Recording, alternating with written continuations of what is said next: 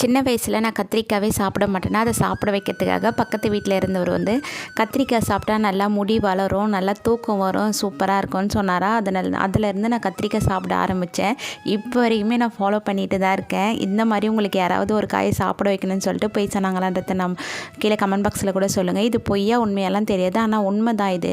நான் கத்திரிக்காய் பொரியலாவோ இல்லை சாம்பார் வச்சு சாப்பிட்டேன்னா கத்திரிக்காய் சாப்பிட்ற அன்றைக்கி நல்லா தூக்கம் வரும். அதனாலேயே நான் என்னென்னா ஸ்ட்ரெஸ்ஸாக இருந்தேன், ஒரு மாதிரி தூக்கமே வரல அப்படின்னா நான் மறுநாள் வந்து கத்திரிக்காய் செஞ்சு சாப்பிட்டேன்னா நல்லா தூங்கிடுவேன். இது எந்த அளவுக்கு உண்மைலாம் எனக்கு தெரியாது, ஆனால் நான் இதுவரையும் நம்பிக்கிட்டு இருக்கிறதுனால அப்படி நடக்குதா என்னன்னு எனக்கு தெரியாது.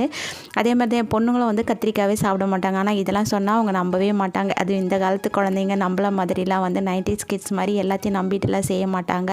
அதனால் அவங்களுக்கு நான் சொல்லலாம் இல்லை, ஆனால் அவங்களுக்கு வந்து எப்படி கொடுக்கணுன்றதை மட்டும் நான் தெரிஞ்சுக்கிட்டேன். நம்ம இட்லி தோசைக்கெல்லாம் கடைஞ்சி தருவோம் இல்லையா, அந்த மாதிரி செஞ்சு கொடுத்தா சாப்பிட்ருவாங்க. அப்படிலாம் சுட்டு சட்னி மாதிரி அரைச்சி கொடுத்தாலும் சாப்பிட்ருவாங்க.